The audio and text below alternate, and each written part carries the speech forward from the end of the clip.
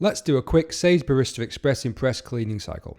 To get started, make sure the drip tray is empty and the water tank is full. Place the cleaning tablet, link in the description, into the rubber cleaning disc, then into the 1 cup single wall filter, and then into the portafilter. Lock it into place.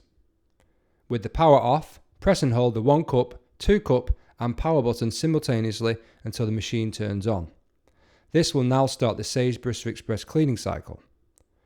The cleaning tablet will now dissolve into the portafilter and the group head to clean it out. When this is complete, it will finish with 3 beeps. As a final step, I like to remove the rubber cleaning disc from the Sage Barista Express Impress and run a blank shot through the machine to remove any cleaning solution. And that's it. You're now ready to use the machine again. Please like and subscribe for more Sage Barista Express Impress guides and tips.